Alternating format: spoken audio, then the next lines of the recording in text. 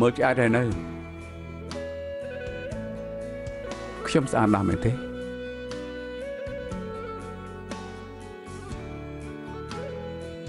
ស្មានមិនដល់ទេថាសាសនាបិសាចក៏មានបរិសុទ្ធល្អដែរនៅមុខអ្នកនាងខ្ញុំស្ម័គ្រចិត្តធ្វើជាបរិសុទ្ធបែបនេះអេដៃលោកយ៉ាងម៉េចហើយនៅឈឺទៀតទេដៃខ្ញុំបានទូចច្រើនហើយលែងឈឺទៀតហើយអត់ត្រូវហើយកសែងដៃនេះប្រឡាក់ឈាមហើយចាំខ្ញុំបោកស្អាតយកទៅជូននាងពេលនេះអារម្មណ៍បានទូនតិចទេកក់ក្ដៅដែរទេខ្ញុំអត់រងាទេគិតពីលោកវិញទៅមិនអីទេអីខ្ញុំចិត្តខ្ញុំកក់ក្ដៅណាស់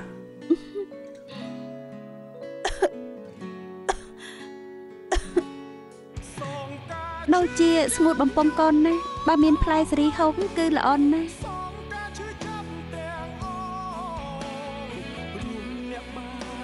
លោកសើចអីមិនប្រាប់ទេលោកមានកំណត់អាក្រក់អី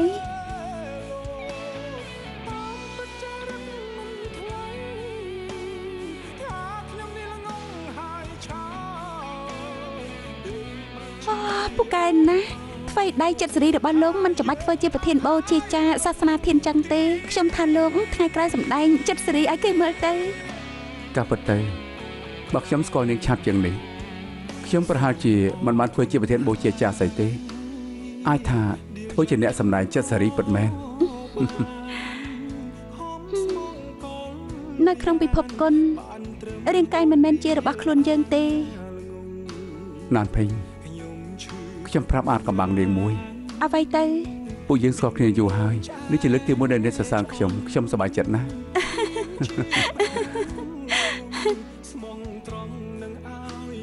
ចិត្តរួចហើយហូបទៅលោកខំចិនយើងហូបម្នាក់ពាក់កណ្ដាលទៅមិនអីទេនាងហូបទាំងអស់ទៅតាហេតុអីទៅមិនបាច់សួរទេខ្ញុំនៅមានទៀតហូបទៅបានឆ្ងាញ់ទេផ្អែមណាស់ខ្ញុំក៏យល់អញ្ចឹងដែរលោកមិនតន់ហូបផងមិនក៏ដឹងមិនបានថាសេរីទេល្ងងមែន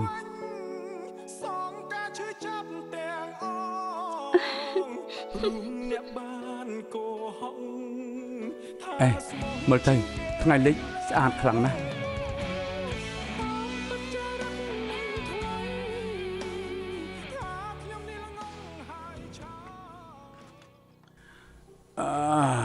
ពិតជាល្អមែនទីនេះគឺទឹកដីរបស់ខ្ញុំកុំថាខ្ញុំមិនខ្វល់ពីឯងណាផឹកស៊ីតាមសម្រួលទៅអរគុណបងប្រុសមានរឿងអីឯងឆាប់និយាយមកខ្លាញ់តិចទៀតស្វឹងហើយក៏ដួលបាត់មិនក៏បងដឹងថាខ្ញុំមានរឿងក្នុងចិត្តគឺងាយទេធម្មតាខ្ញុំមិនដែលឃើញឯងផឹកស្រាច្រើនអញ្ចឹងទេថ្ងៃនេះហៅឯងទៅផឹកស្រានៅហាងអាសានឯងប្រាប់ថាកុំឲ្យហៅស៊ីទិញទៅប្រកាសជាមានរឿងចង់និយាយជាមួយខ្ញុំហើយបងប្រុសបងឆ្លៀសវៃមែនឯងចង់ប្រាប់រឿងមនុស្សស្រីដែលឯងស្រឡាញ់ដល់ខ្ញុំហ៎បងប្រុសខ្ញុំទុកបងជាបងប្រុសបង្កើតខ្ញុំប្រាប់បងដាច់ខាតបងក៏ប្រាប់នរណាឲ្យសោះរឿងរសារការសង្មត់ទុកចិត្តលើខ្ញុំចុះមើលរឿងខ្ញុំជាម្ចាស់ក្រុមទានជើងខ្ញុំមិនដែលនិយាយទេនារីដែលខ្ញុំស្រឡាញ់ក្នុងចិត្តរហូតមកគឺសុនមានសុនមានឯងស្រឡាញ់សុនមានបងប្រុសបងមកតិចបានទេចាប់ផ្ដើមតាំងពីពេលណាពេលវឹកហាត់ការពិតឯងស្រឡាញ់នាងយូរយ៉ាងនេះហើយតើមានអ្នកណាដឹងទេមានបងនឹងអ្នកនាងសៀអ្នកនាងសៀមិនក៏នាងដឹងនាងឲ្យខ្ញុំសារភាពប្រាប់សុនមានដូច្នេះឯងសារភាពហើយខ្ញុំគ្មានភាពក្លាហានទេខ្ញុំខ្លាចថាសុនមាននាងបដិសេធឯងព្រោះខ្ញុំដឹងថានាងដូចជាស្រឡាញ់បងហើយរឿងនេះក៏ស្រីតកូលសៀននោះប្រាប់ឯងដែរទេខ្ញុំឃើញកសែភ្នែកនាងមើលបងខុសធម្មតាអាយ៉ាខ្ញុំសង្ហាយ៉ាងនេះនៅណាក៏មើលមកខ្ញុំខុសធម្មតាដែរត្រូវទេលបងអ៊ីខ្ញុំកំណត់បងចូលដំណាក់មេឃ រួមស្លាប់រស់ជាមួយបងមានរឿងមួយបងកំលាក់បាំងនឹងខ្ញុំមិនសោះណែអញកំសួរខ្ញុំមកសោះថាខ្ញុំមិនចិត្តលើស៊ុនមានអត់តើបងមានដាច់ទេប្រដេប្រដាអញទុកខ្ញុំជាសត្រូវស្នេហាបងប្រុសបងស្រឡាញ់នាងអ្នកទាំងពីរស្រឡាញ់គ្នាខ្ញុំព្រមបំពេញបំណងអ្នកទាំងពីរប្រដេប្រដា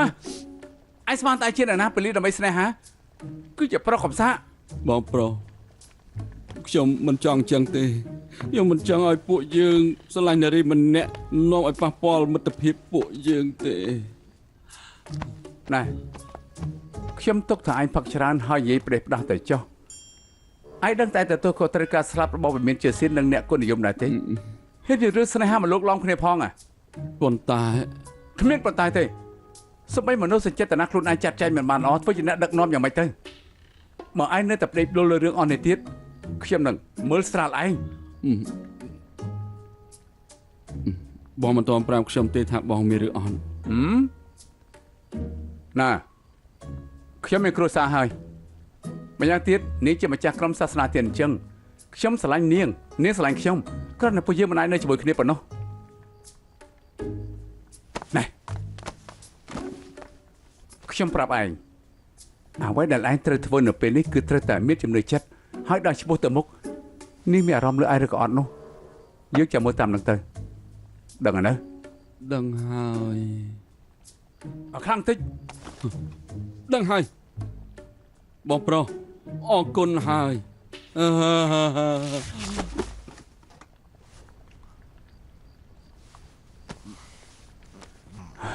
គួរឲ្យខឹងមែន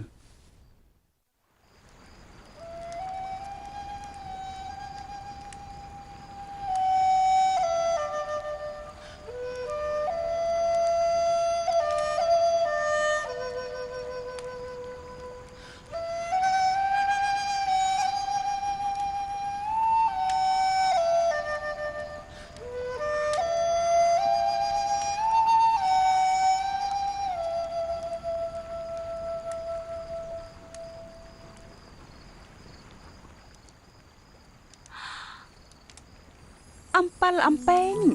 ខ្ញុំខានឃើញវាយូរហើយនាងចូលចិត្តទេប្រយ័ត្នតិចប្រយ័ត្នចន់ត្រូវវាលោកដឹងដែរទេពុកខ្ញុំថាមានតែថ្ងៃសំណាងល្អប៉ុណ្ណោះទើបអាចមើលឃើញអំពេងពុកនាងនិយាយត្រូវប៉ុន្តែថ្ងៃនេះខ្ញុំស្ទើរតែត្រូវជន់អង្គមនិងតទឹកភ្លៀងយល់ថាគ្មានសំណាងអីទេប៉ុន្តែមានខ្ញុំនៅខ្ញុំដឹងថាសម្ដីផ្អែមលោកមកទៀតហើយ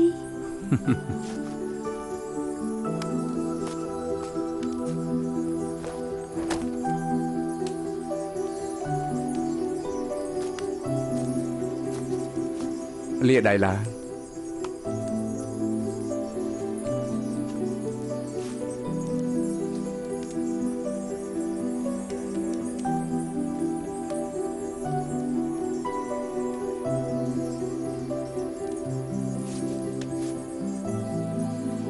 មើលទៅ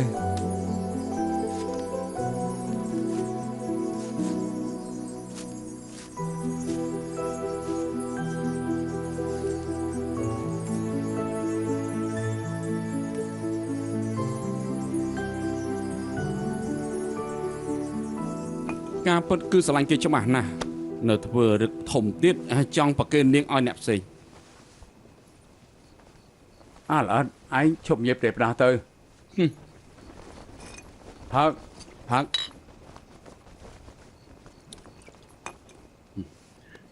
ខ្ញុំមាននិយាយប្រេះផ្ដាស់ឬអត់ក្នុងចិត្តឯងដឹងច្បាស់ហើយ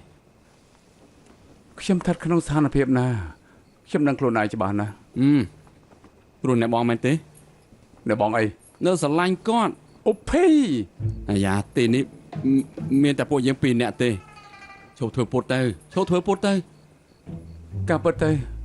ខ្ញុំចំពោះនាងនៅមានក្តីស្រឡាញ់ប៉ុន្តែស្អប់ក៏បន្តិចដែរបើសិនមានស្អប់មានស្រឡាញ់អញ្ចឹងទំនាក់ទំនងអ្នកទាំងពីររឹងមាំណាស់ចង់ត្រូវតាមពិតទៅឯងជាមួយសុនមានអាចត្រឹមជាអារម្មណ៍ថ្មីមួយពេលតែប៉ុណ្ណោះមនុស្សប្រុសស្រឡាញ់ថ្មីធុញរបស់ចាស់ស៊ុនមានអារម្មណ៍នាងផ្ដល់ឲ្យខ្ញុំ គឺខុសដាច់ពីយុពីរ ប្រកាសជាខុសគ្នាហើយពួកគេគឺជាមនុស្សពីរនាក់ប្រាប់តាមត្រង់ចុះមានពេលខ្លះអ្វីដែលឯងតាមរកប្រហែលជាមិនមែនម្នាក់ទេគឺគ្រាន់តែជាអារម្មណ៍ស្រឡាញ់មនុស្សម្នាក់ប៉ុណ្ណោះ ពាក្យមួយឃ្លានេះគួរឲ្យចាប់អារម្មណ៍ណាស់ មានអ្នកប្រាជ្ញម្នាក់និយាយថាស្នេហាគឺត្រូវបន្សល់ទុកការសោកស្ដាយខ្លះទើបឆ្លាក់ជាប់ក្នុងចិត្ត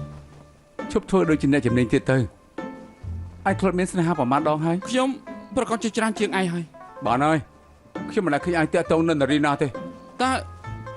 ពេលខ្ញុំខកចិត្តរឿងស្នេហាខ្ញុំត្រូវប្រាប់ឯងដែរមែនទេ មនុស្សឯងនេះជាមនុស្សចិត្តរឹងដល់មេដីមិនរលាយគ្មានអ្នកណាយកបេះដូងឯងបានឡើយឯងអាចខុសចិត្តព្រោះស្នេហាក៏ទេ ស្នេហា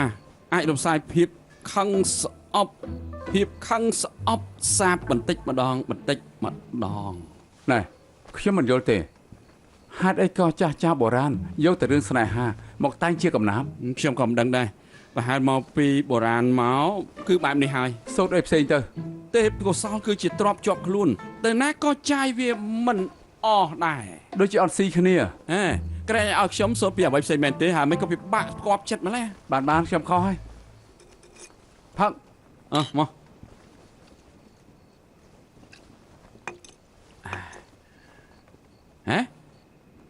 ចង់ជីកតាណាហើយ ចុងជីងទៅសារភាពស្នេហាដាក់សុនមានហើយកុំគិតពីគេជុល លើកដាច់ទៅ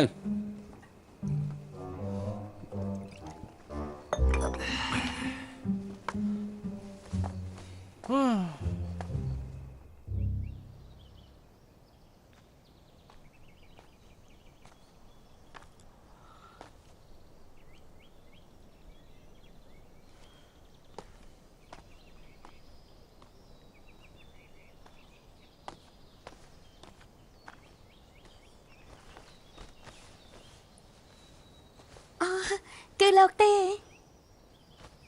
មិនក៏នៅទីនេះម្នាក់ឯង ខ្ញុំកំពុងគិតរឿងក្តីឃាតកម្មអាចកំបាំងនោះ គ្មានតម្រុយអីបន្តិចទេ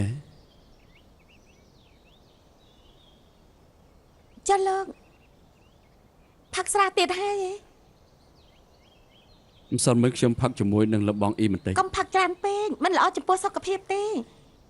ម្យ៉ាងទៀតកន្លងទៅមួយយប់ហើយក្លិនស្រានៅលើខ្លួនលោកមិនទាន់បាត់ទៀតលោកគ្រូជាគំរូល្អម្នាក់ពីក្មេងផឹកស្រាខ្លាំងពេកពេលនេះផឹកឡើងបាត់ហើយ អរគុណដែលខ្វល់ពីខ្ញុំ យើងរាប់អានគ្នាយូរហើយចាំបាច់គួរសមធ្វើអី នាងនៅចាំលើកទី1ពេលយើងជួបគ្នាទេ ជួបគ្នាលើកទី1ពេលនោះលោកទៅតែចូលវិមានជីសៀន ខ្ញុំអាយុបងនាងប៉ុន្តែនៅវិមានជីសៀននាងជារៀមច្បងខ្ញុំ រៀមច្បងអីទៅលោកនេះគឺជាបងប្អូនល្អរបស់ខ្ញុំរហូត នាងទុកខ្ញុំជាបងប្អូនណា បានលោកយល់ព្រមធ្វើជាបងស្រីខ្ញុំក៏បាន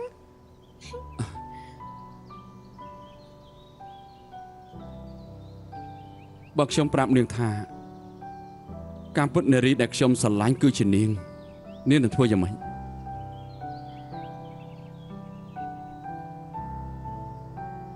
ខ្ញុំគិតថាมันល្អដូចលោកគិតទេ ទេខ្ញុំយល់ថានាងល្អណាស់ ខ្ញុំមិនសមតម្លៃឲ្យលោកធ្វើបែប ហេតុអីទៅ ព្រោះមានអ្នកស័ក្តិសមជាង អ្នកណា ភីងអើ ប៉ុន្តែខ្ញុំស្រឡាញ់តែនាងម្នាក់ទេ ខ្ញុំមិនបានគិតដល់រឿងស្នេហាទេ ឬខ្ញុំល្អមិនគ្រប់គ្រាន់សម្រាប់នាង អត់ទេ ឬក៏នាងស្រឡាញ់លបងអ៊ី ពេលនេះខ្ញុំគ្រាន់តែចង់ជួយវិមានជីសៀនការពារអ្នកកុននិយមនិងរកជើងខ្លាំងអាចកំបាំងនោះប៉ុណ្ណោះចំណែករឿងស្នេហាខ្ញុំមិនបានគិតគូរទេ ខ្ញុំដឹងហើយ ចង់ចេញមានរឿងខ្លះសំខាន់ជាងរឿងស្នេហាទៅទៀតខ្ញុំសង្ឃឹមថាពេលដែលសម្រេចភារកិច្ចនៅវិមានជីសៀនមានលោកនៅគៀកស្មាខ្ញុំប្រយុទ្ធបានដែរទេ បានខ្ញុំនៅក្បែរនាងរហូតប្រឹងប្រែងជាមួយនាង អរគុណហើយ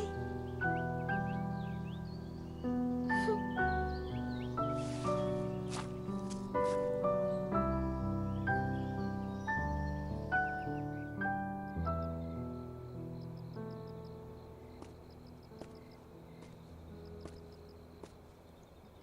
ព្រះអង្គម្ចាស់ជនជាតិជប៉ុនទាំងនេះគឺមិនអាចទុកចិត្តបានទេទូមគង់គិតថាពួកគេអាចនឹងវិលមកវិញដៃទៅទេទើបមិនហ៊ានគាស់ទ្រង់អូ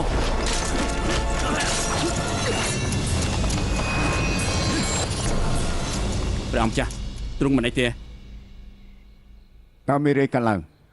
មើលទៅមានឃាតករសម្រុកចូលមកហើយព្រះអង្គម្ចាស់ក្នុងប្រហោះទ្រង់កាន់អី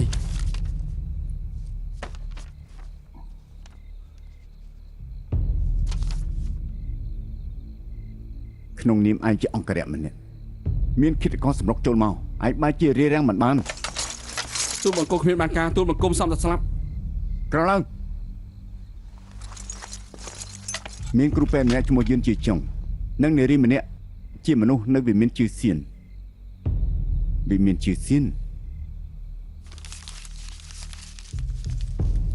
លីងថៅហោពួកគេថ្លាធំណាស់សូមអនុញ្ញាតឲ្យទូលបង្គំចេញតបកម្ចាត់ពួកគេទៅកុំទេសាយើងនឹងកម្ចាត់ពួកគេជាមួយដំណក់ក៏មិនឲ្យសល់ដែរ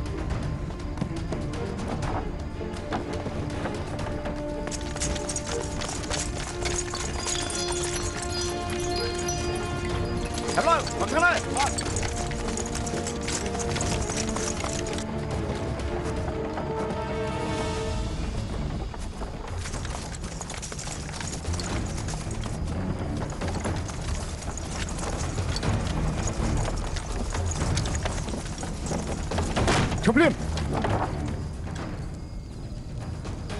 លោកម្ចាស់តើតាមខ្ញុំមានការអីដែរ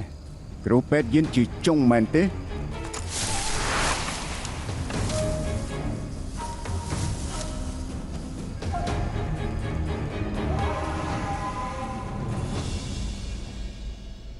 ្ញុំបានប៉ិតមែនទេគេមានប៉ិតមែនទេប៉ិតមែនទេខ្ញុំបានខេមតបភ្នែកឬក៏នាងមិនជឿខ្ញុំសូមទោសផងខ្ញុំមកយឺតពេលហើយនេះជាពេលអីទៅហើយ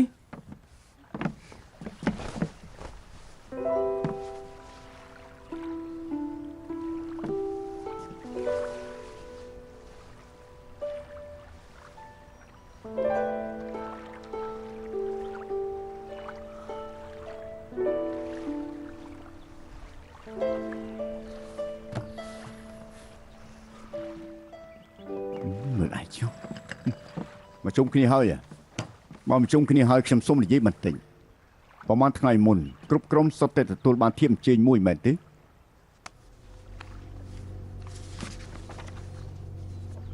ពិធីទស្សនា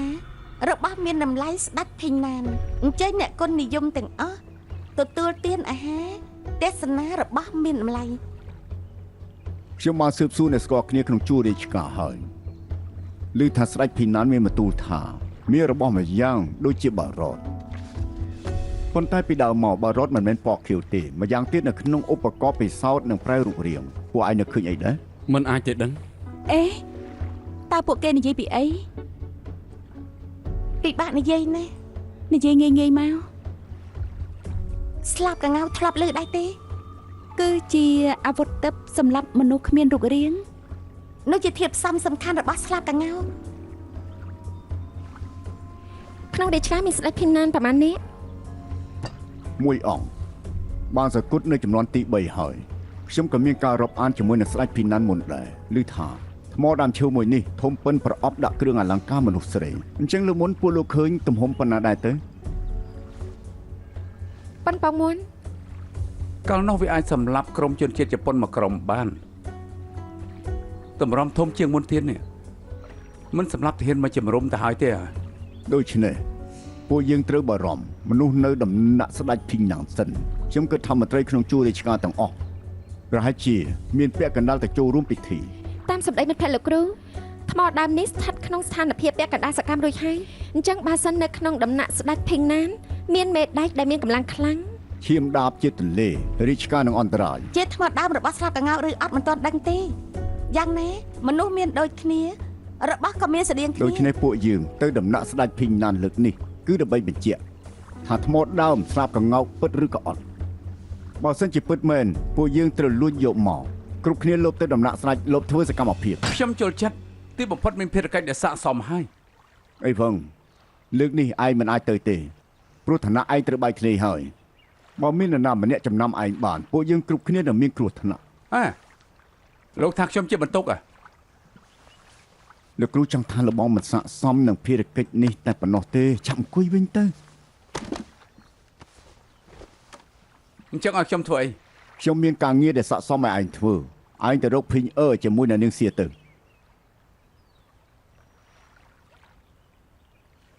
ទៅរកនៅណាខ្ញុំបានលើភីងនិយាយថាមានកន្លែងមួយនាងចង់ទៅជាមួយអនាគតស្វាមីរបស់នាងប្រហែលជាទៅទីនោះហើយពីមុនខ្ញុំមិនដែលឮនាងនិយាយរឿងដែលពាក់ព័ន្ធនឹងគេទេយ៉ាងម៉េចពេលនេះស្រាប់តែនឹកឃើញហើយមែនទេព្រោះមុននេះរៀមច្បងលីមិននៅខ្ញុំមិនហ៊ានប្រាប់អ្នកទាំងអស់គ្នាខ្លាចនាំគ្នាធ្វើសកម្មភាពមុនពេលខ្ញុំមកវិញនៅនាងសៀបើរាយការណ៍ប្រាប់ខ្ញុំហើយនេះជាតម្រុយដែលពួកយើងមាននៅពេលនេះលោកបងអ៊ីបកគោលដំណាក់ស្ដេចភីងណានឲ្យពួកខ្ញុំចុះភីងពឹងលើបងនឹងនាងសៀហើយអត់បញ្ហាទេវាមានជាសៀនកាន់ខ្ញុំនៅវិន័យតាមចិត្តចុះបានហើយសម្រាប់ជើងចុះអីហ្វឹងនៅនាងសៀទៅរកភីងឯអ្នកទៀតពីយាមទៀតទៅដំណាក់ភីងណានគ្រប់គ្នាត្រៀមខ្លួនទៅ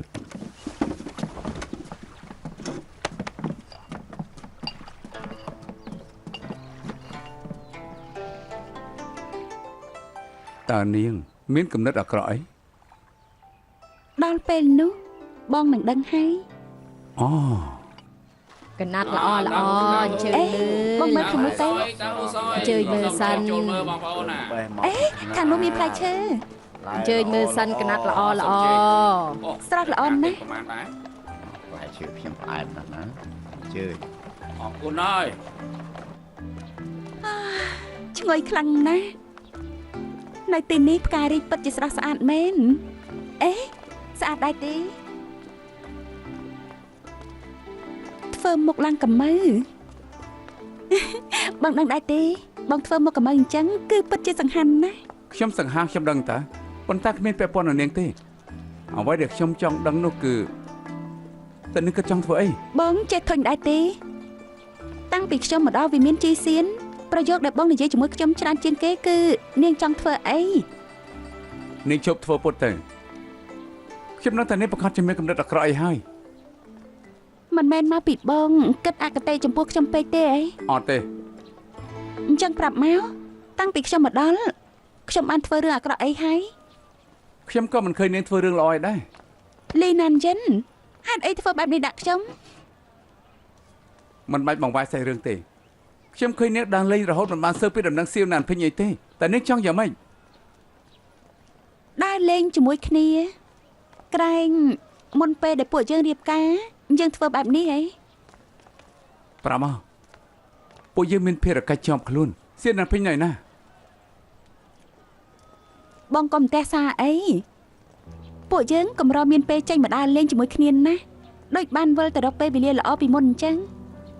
ពេលវេលាល្អដូចជាជួលបង្កត់បាត់ជើងធំមែនទេបើចេញចោលរួចហើយក៏លេងសល់អីទាំងអស់អ្នកក្លាហានអីពេលនេះបងជាមនុស្សសំខាន់របស់វិមានជីសៀនមិនក៏និយាយស្ដីអាក្រក់ស្ដាប់បែបនេះខ្ញុំគឺបែបនេះហើយក៏ល្អនោះបញ្ជាក់ថាបងមិនបានប្រែប្រួលទេលីណានចិនគឺអ៊ីហ្វឹងគឺលីណានចិនពួកគេសត្វតែស្រឡាញ់សៀយូពីខ្ញុំណានាងនិយាយស្ដីឲ្យមានខ្មាស់អៀនខ្លះទេអញ្ចឹងន័យរបស់បងចង់ប្រាប់ថាបងលែងស្រឡាញ់ខ្ញុំហើយ នេះមិនមែនជាពេលនិយាយរឿងនេះទេប្រមកសៀវណាន់ភីងណៃណា ពេលនេះសៀវណាន់ភីងសុខសប្បាយទេតាជីនមើលថែនាងហើយ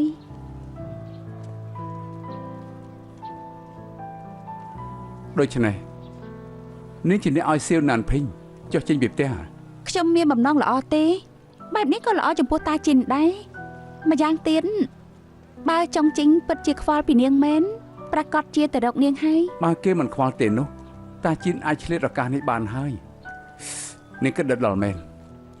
ខ្ញុំគ្រាន់តែប្រើល្បិចតូចតាចប៉ុណ្ណោះរឿងវិវត្តទៅជាបែបណាអាស្រ័យលើពួកគេទាំងពីរហើយក៏ត្រូវមើលលើលោកលីចាត់ចែងដែរ បានជាសៀវណាន់ភីងមានសុវត្ថិភាពហើយពួកយើងមិនរត់ទេទៅវិញទៅ អេបងឆ្លៀសវៃយ៉ាងនេះបងមិនអាចមិនដឹងទេថាខ្ញុំហៅបងចេញមកធ្វើអី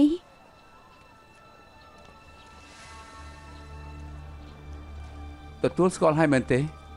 ទទួលស្គាល់ថានាងមានគំនិតអាក្រក់ ខ្ញុំមានគំនិតពិតមែនប៉ុន្តែអាក្រក់ឬអន់គឺការយល់ឃើញខុសគ្នានោះអីក្រែងបងចង់ដឹងការពិតគ្រប់យ៉ាងមែនទេអញ្ចឹងខ្ញុំនាំបងទៅជួបមនុស្សម្នាក់ដើម្បីបកស្រាយរឿងនេះ បានទៅជួបឥឡូវនេះទៅកុំឲ្យខាតពេលនៅទេនេះអី ថៅកែធំមិនមែនចង់ជួបក៏ជួបបានទេត្រូវរៀបចំទុកជាមុនសិន ហោះនៅកុហកទៀត សរុបមកដើមតើងនៃរឿងរ៉ាវដែលបងចង់ដឹងបងទុកសិនចុះបើបងមិនចង់ដឹងទេបងទៅ សូមអរគុណហើយដែលយ៉ាងម៉េចក៏បានខំស្មងកលយ៉ាងបានត្រឹមអូនឌី